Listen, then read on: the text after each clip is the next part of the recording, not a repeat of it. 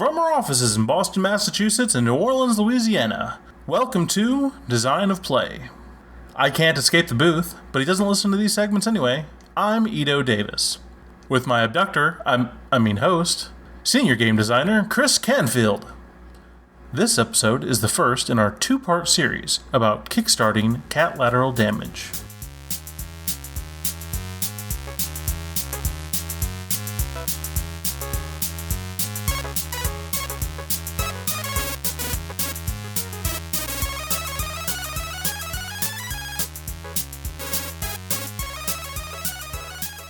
The internet was made for adorable furry animals.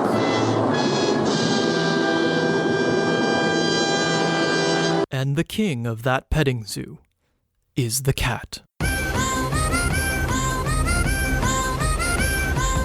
Boot, cat, boot, cat, boot, cat, boot, cat.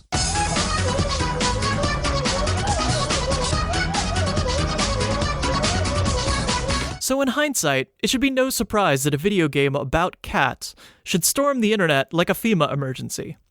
In August 2013, Catlateral Damage swept across the internet like adorable, fluffy wildfire of doom.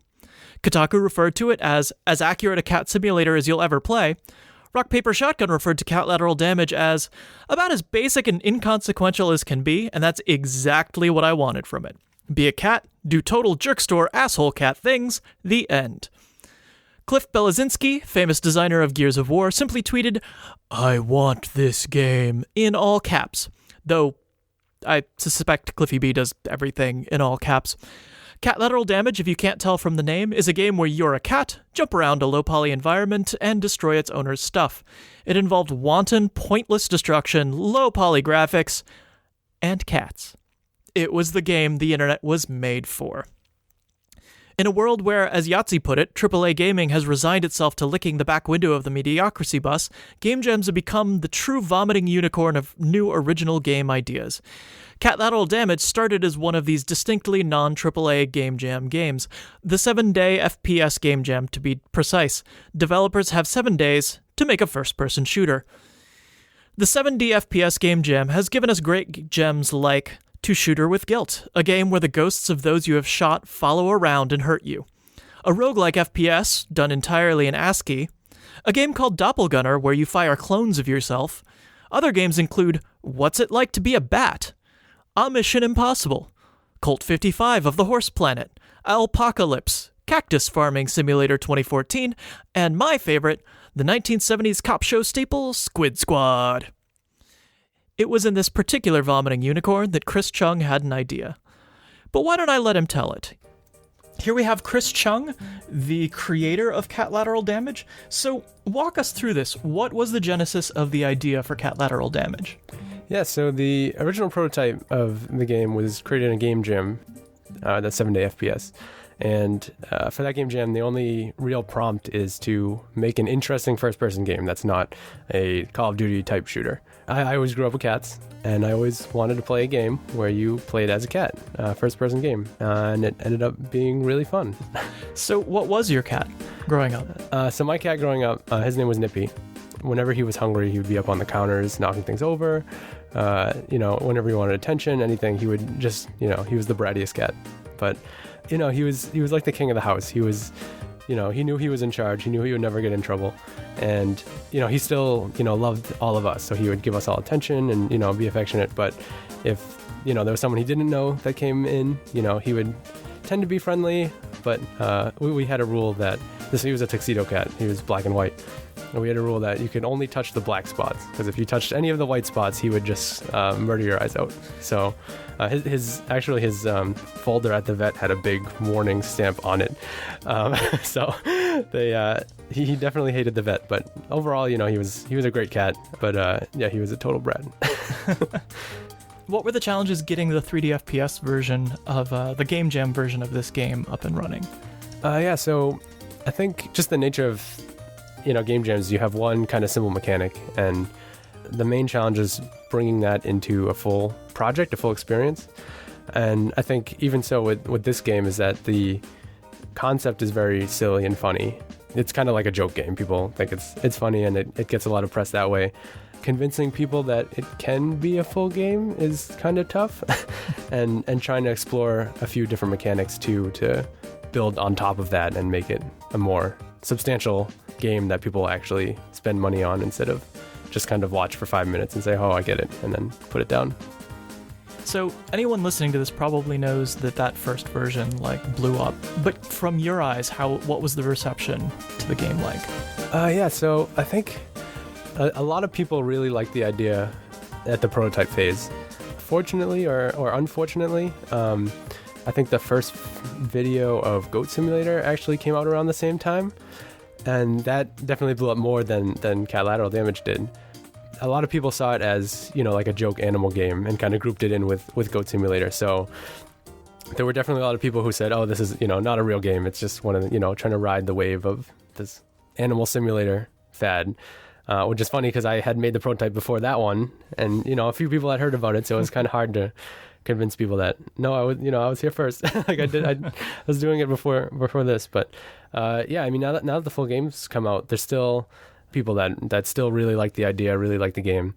I mean, people just like cats, and anything about cats they'll pick up and play. So, do you think that's why the game has gotten so much press attention? I think so. Yeah, I think the original prototype was pretty crude. It was pretty. I think one of the first versions I put live online had a pretty big physics bug in it, so that the main mechanic didn't actually work. But I think people saw the concept and even just the one sentence pitch of the game that you're just a first person destructive cat.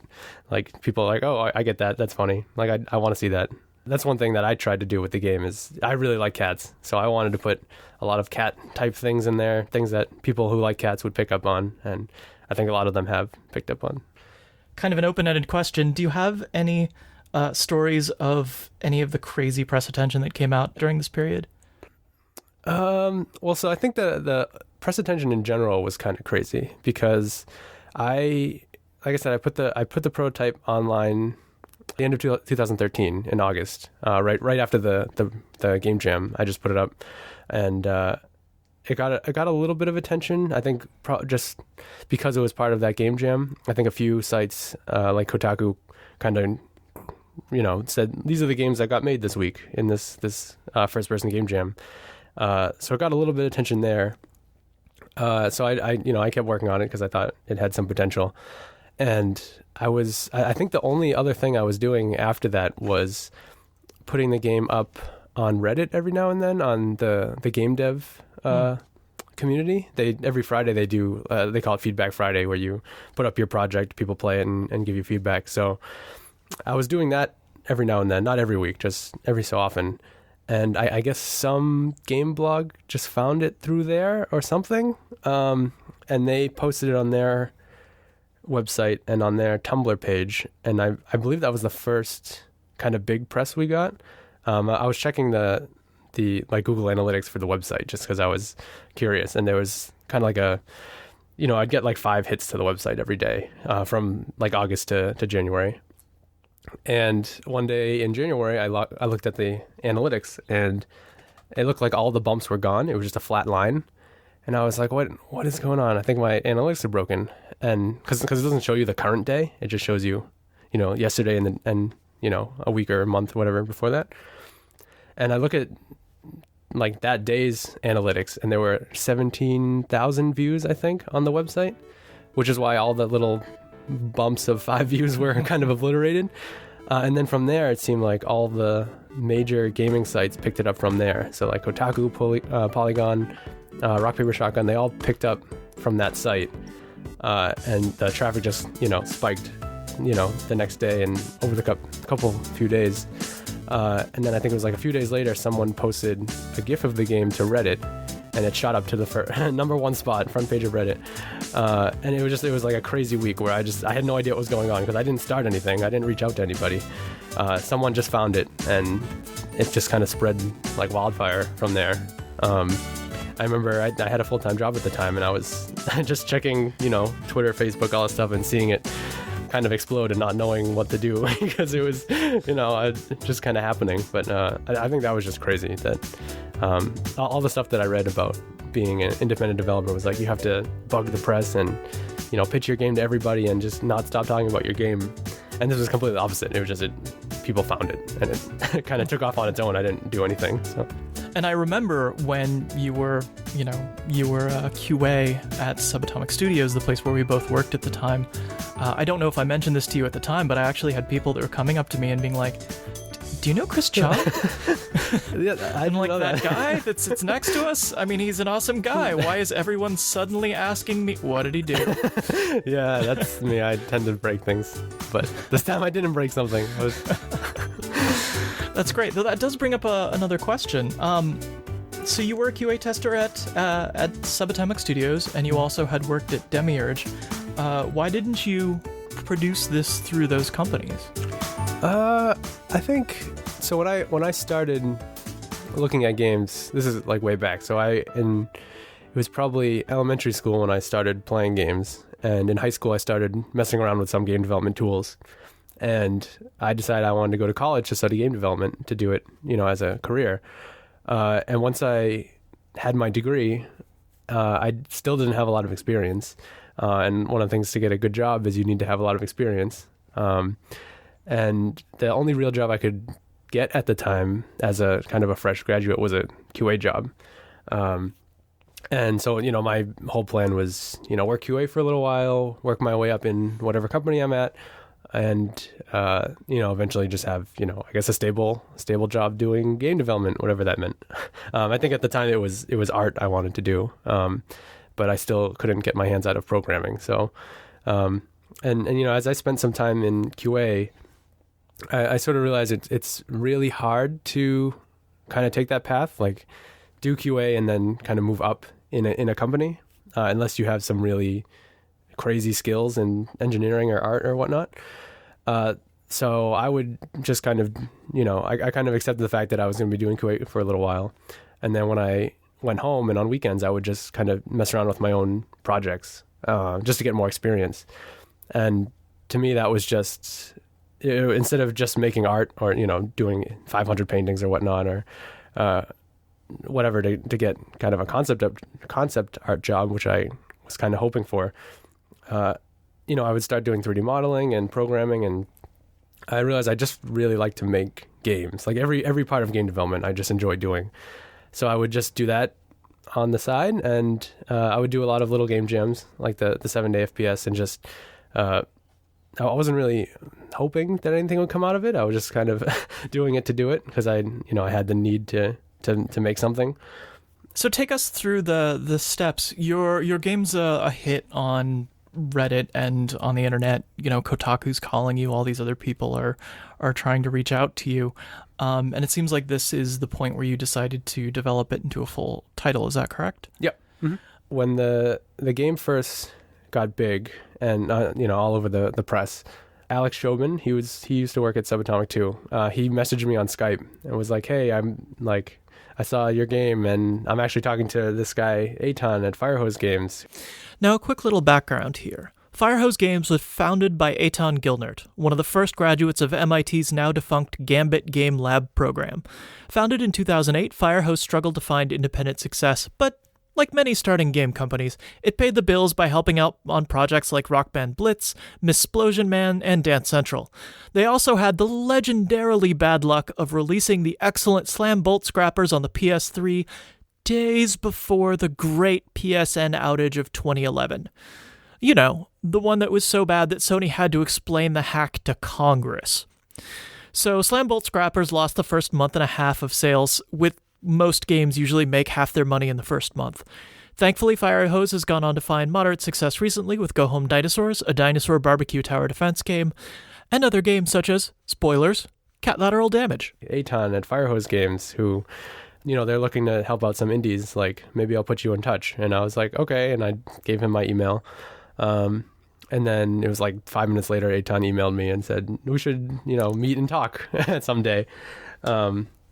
It was a few months before that, I think it was in late 2013, that Eitan actually gave a talk at one of the local Boston meetups saying, we're switching from a typical indie game developer studio into a sort of an incubator accelerator program where we'll help out new or smaller independent developers, give them some marketing feedback, give them some money, and help them make their games.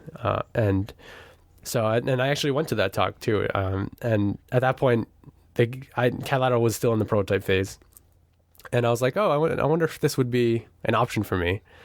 And at that time, I kind of just brushed it off as, no, the game's so small now, like no one's heard of it, like no one, it's not, this isn't the program for me. But after we had gotten all the press and Alec kind of hooked us together, I started talking to Eitan about their program. And at that point, they were still trying to get it off the ground. They hadn't accepted any developers yet.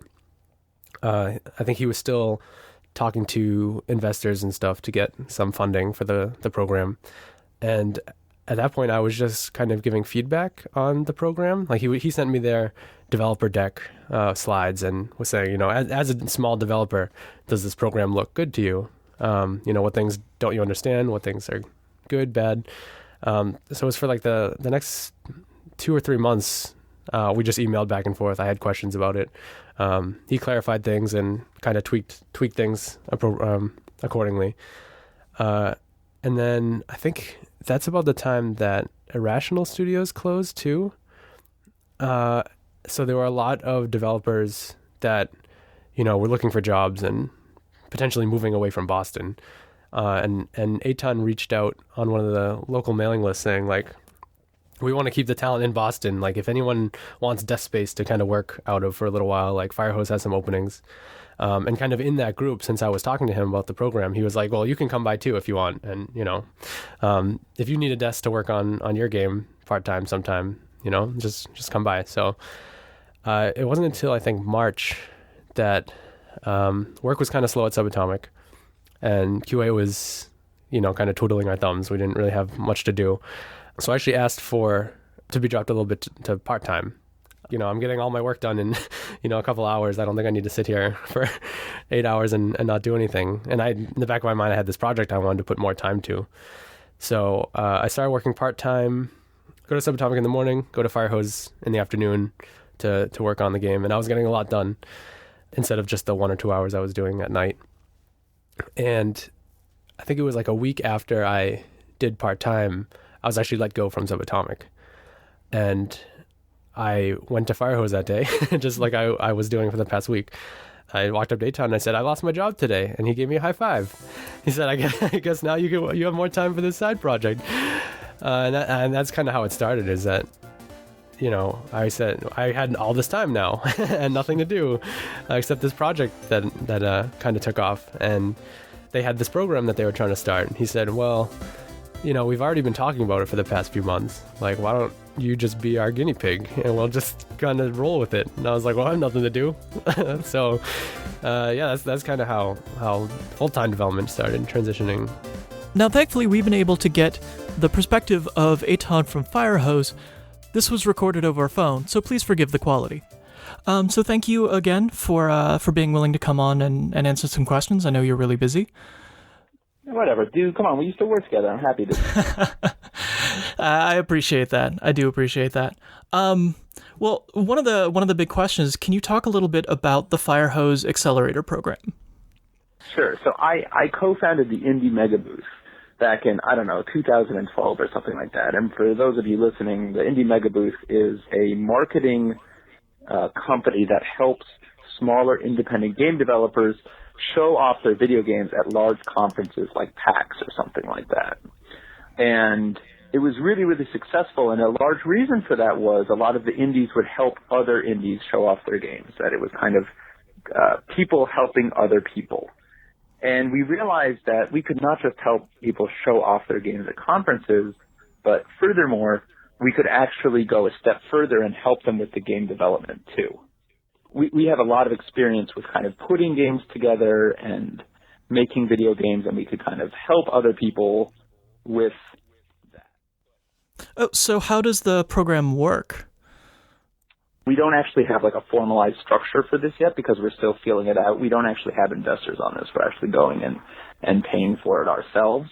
So we've done a very small thing. We've only taken on 2 games so far, those games being Catlateral Damage and 20XX. Right now, the way it works is if people want to do it, they just email us and they say, hey, I'm working on this game. I want you to take a look at what we're doing. Maybe there's some way we can work with you. And generally speaking, it has to be someone that, we're friends with, that we think will do a good job. Mm-hmm. Someone that we like, that we know is a really good way to do it. We would certainly be willing to consider taking on someone else that we don't know, but it just makes the process a little bit harder. And then we'll take a look at their game, and if what they're doing is awesome, then yeah, maybe we'll go and work with them. And it's actually just that simple. How did you come into the picture for Catlateral Damage specifically? So when we were putting together the program, we needed to figure out how to make terms that would be fair for everyone involved. And Chris was really helping us out by helping us to figure out kind of what would work and what wouldn't work with the program. So you mentioned that Firehose provided a desk. What else did they provide in their developer program? Yeah, so once I started working with them, I already had a desk I was kind of set up at for a week or so. So I just kept working there. And yeah, part of their program, they offer a monthly stipend that, and Eitan called it ramen money, just so that you would have enough money to not have to worry about money, I guess. Is that it wasn't a lot, but it was enough to make do. And they also, since you're in their office, they have several developers working there too. So anytime you have any development questions or need some feedback, there's always someone there to help you out.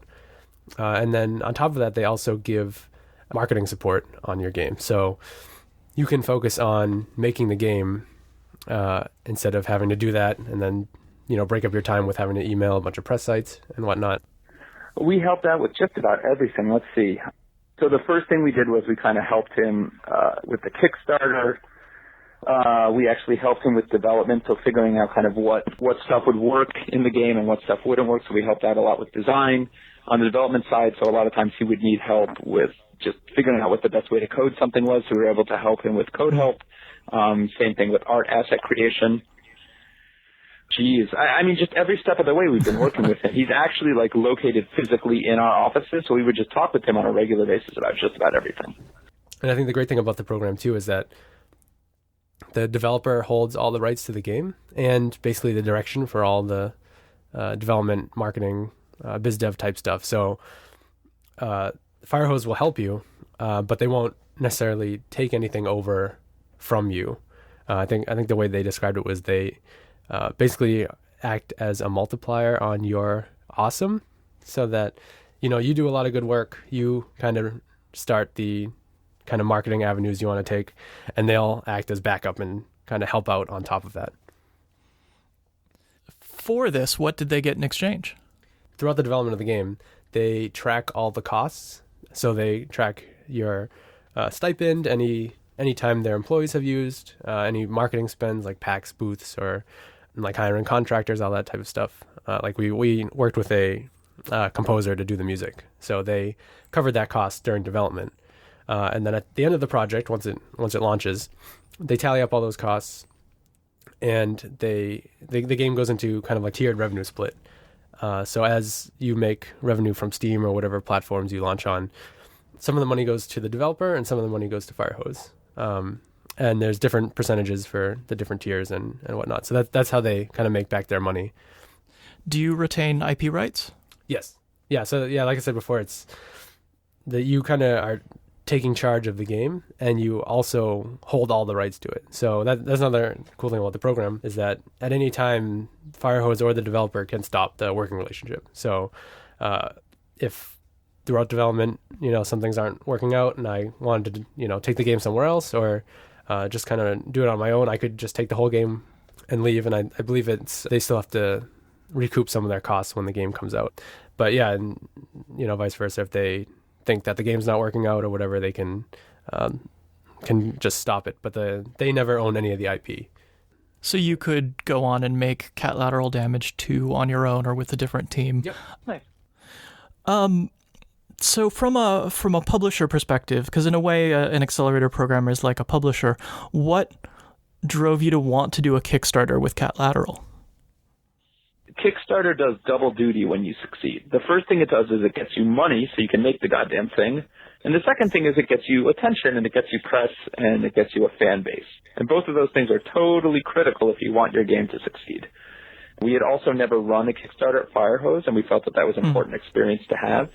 And it just felt right. I mean, like, ultimately when you make an indie game, you're putting your money on the line, right?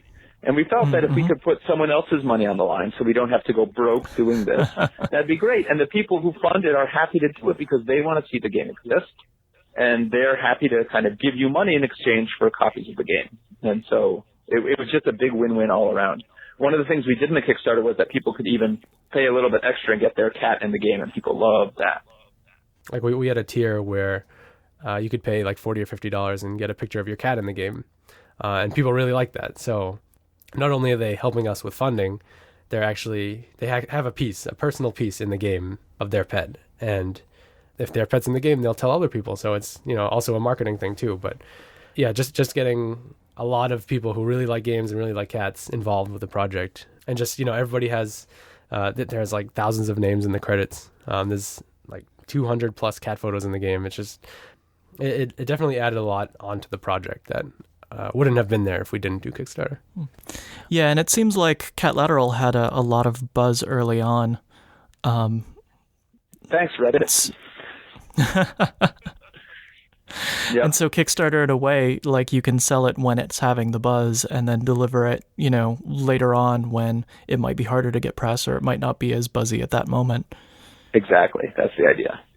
What do you wish you knew before you started the Kickstarter? I think the primary thing is kind of knowing what goal we would hit or kind of how much money we would get ahead of time. I was kind of thinking, you know, if we have a lower goal, it's more likely that it'll get hit, but then we won't have that much money, you know, for the project. Whereas if we hit a higher goal and we don't hit it, we don't get any money. I guess having a crystal ball into the end of the campaign, knowing how much we would get, it may have changed the goal we picked. So what was the relationship between Firehose and Kickstarter in terms of funding? The way the Kickstarter funds act in relation to kind of Firehose's funding and the revenue split and all that is that any money we made from Kickstarter, we count as day one revenue. On day one, we made however much money we got from Kickstarter plus however much money we got from, you know, the actual sales. And then that money goes through the tier revenue split like normal.